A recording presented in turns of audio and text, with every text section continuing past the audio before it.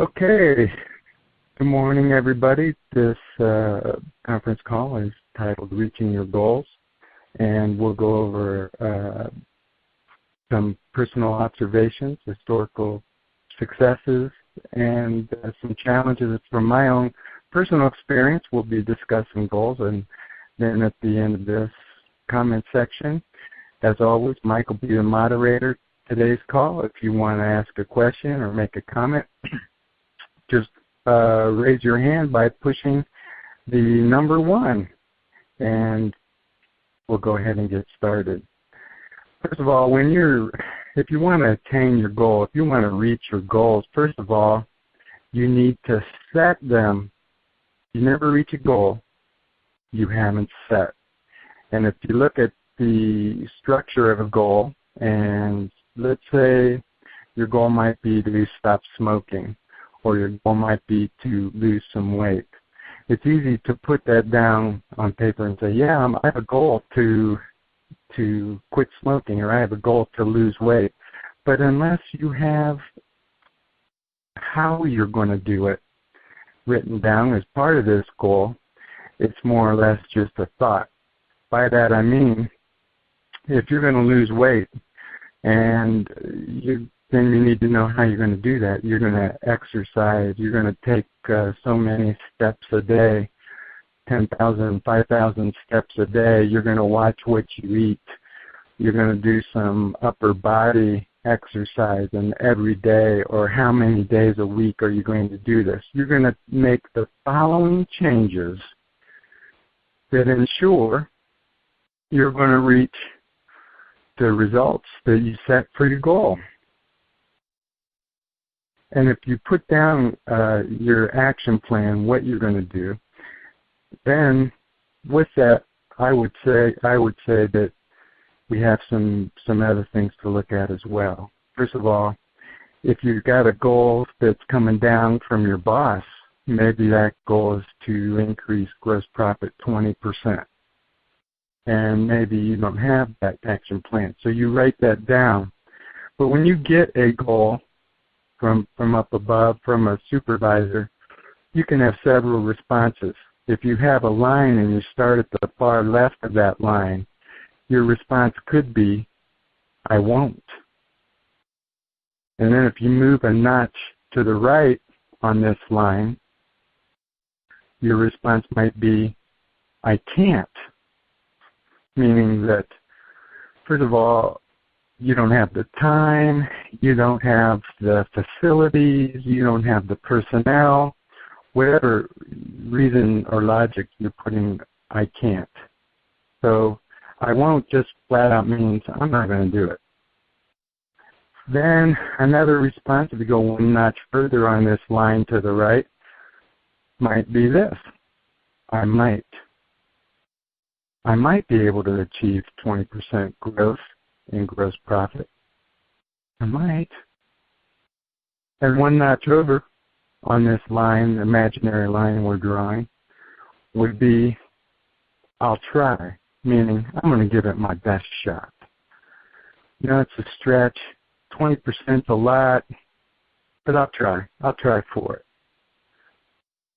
And then my own personal commitment, and I think the best way to achieve any goal that we set, if you want to achieve it, go all the way to the far right of the line that we're drawing and put, I will. I will lose 15 pounds by following the processes I've set forth. I will stop smoking. I will be relentless. See, that's a good word, isn't it? Relentless. That you're going to be so committed to achieve the goal, you're going to be relentless in the way that you're designated. You're going to approach it. If it's walk 10,000 steps a day, by golly, you put a little step meter, step counter, pedometer on the side of you, and every day at the end of the day, you do whatever you got to do to make that happen. If it's to eat better quality foods, then at the end of the day, you look back on it and say, I did everything I can. I'm relentless to achieve that objective, that goal that we set. We know in advance there's going to be struggles along the way. There's going to be days you don't achieve what you set forth. And there's going to be bumps and curves. There's going to be obstacles, times of discouragement. And I'll tell you what I relate it to is a car. And let's talk about a car as an example here. Car's got a steering wheel, right? Shock absorbers. Steering wheel to handle the curves. Shock absorbers to handle the bumps in the road. You got an engine to power the vehicle down the road. And another important part of the car, you have a key. And really, if you don't use the key to start the vehicle, you don't have to worry about curves. You don't have to worry about bumps in the road. You're going nowhere until you start the car. And when you start the car, you know it's got brakes too. There's going to be some red lights. There's going to be some caution lights. But you can't wait to start the car until all the lights are green. You got to turn the key on. Get going. Use all the tools that are available in the car. The shock absorbers, the steering wheel, to absorb the impacts, the bumps, the bruises that you're going to get along the way. But you get up, you start down the road, you deal with the obstacles as you go.